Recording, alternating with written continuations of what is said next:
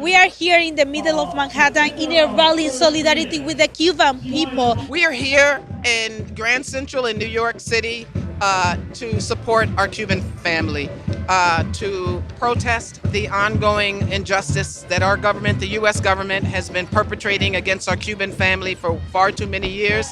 And as we get ready to welcome world leaders to the United Nations to once again vote against the blockade of Cuba, we're here to say, let Cuba live.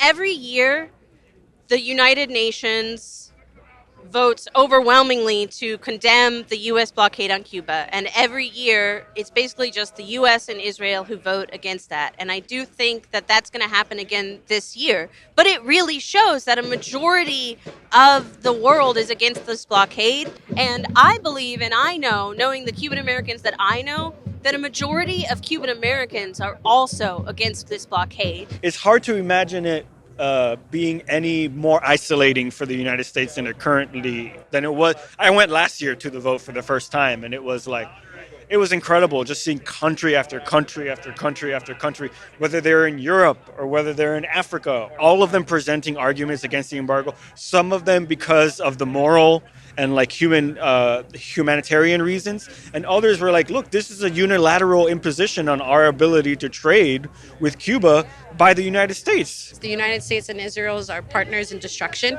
and the only thing that they know how to do is wage war against people who just want to live their lives. And the fact that the United States and Israel are voting against Cuba being able to thrive and remove the sanctions that they unlawfully placed on them, it's a crime against humanity, and it's something that needs to be addressed and corrected. I see what's happening in Gaza and what's happening in Cuba as two tentacles of the same monster, right? In Gaza, it's bombs, but it was before the bombs, there were sanctions. Before the bombs, there was a blockade, right? And the same is happening in Cuba, and it's causing a humanitarian crisis that is kind of unfathomable and getting worse all the time. We stand in solidarity with Palestine because we know that the forces that are creating all of the pressure on their country is very much similar to what's happening in Cuba. So I think there's a direct link to the occupation of the Palestinian territory and the ongoing genocidal activity of the U.S. government's blockade for more than 60 years. So it's important for us to connect the dots, and this is a perfect way to do that. They love to talk about the international order and the rules-based international order, but I think things like what's happening in Gaza and what's happening with Cuba illustrate that we don't really have an international order that is rules-based. We have one that is based on geopolitical power. What the United States is doing to Cuba is frankly criminal. It's crippling an entire country because of an ideological difference, and it's disgusting what we're doing to the everyday people of Cuba. Yeah, a lot of people don't understand why that impacts us, but Cuba is our neighbor. They are literally just 90 miles away from us. The way that we treat our neighbor reflects how we treat each other. And so for me, as somebody who was born in Puerto Rico, but who has the ability to vote in the United States, I have a unique duty, a unique responsibility to fight for my neighbors when they're being oppressed, when they're being exploited, when they're being, when they're experiencing all this hardship. Do you know that the United States put Cuba in the state sponsor of terrorism list? What do you think about that? I think that it is criminal that the U.S. government put Cuba on the state sponsor of terror list. The U.S. government is currently sending bombs to Israel to bomb civilians of Gaza right now. The Cuban government sends doctors around the world.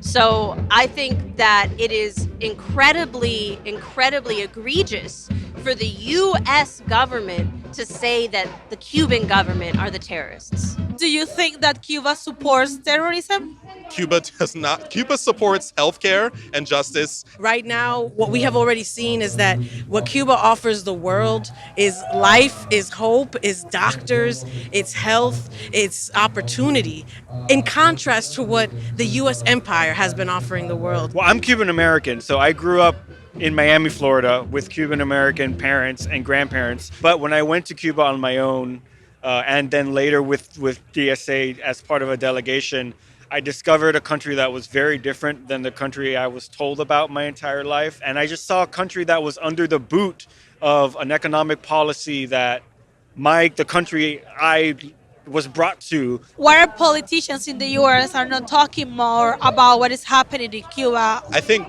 there are just too few politicians treating this like a priority.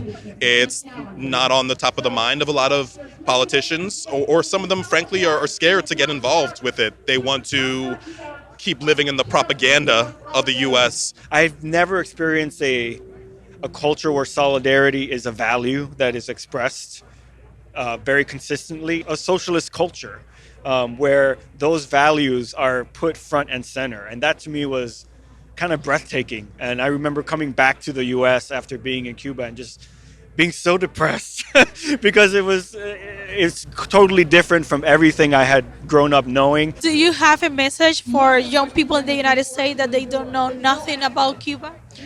Go to Cuba, learn from Cuba firsthand. Living in the United States, we're fed a lot of lies, we're fed a lot of misinformation, and the best thing to do sometimes is just to go to the place itself and learn from the people. Nothing will change your perspective on this tiny, beautiful island like being there. Walking down the street, talking to people, eating the food, getting somebody to treat you to a little cafecito. There's nothing like seeing Cuba for yourself. And I think it's up to us as Americans to finally say, we've had enough of this.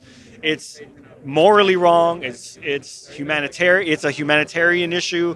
It's an international rights issue, and we're not going to stand for it anymore.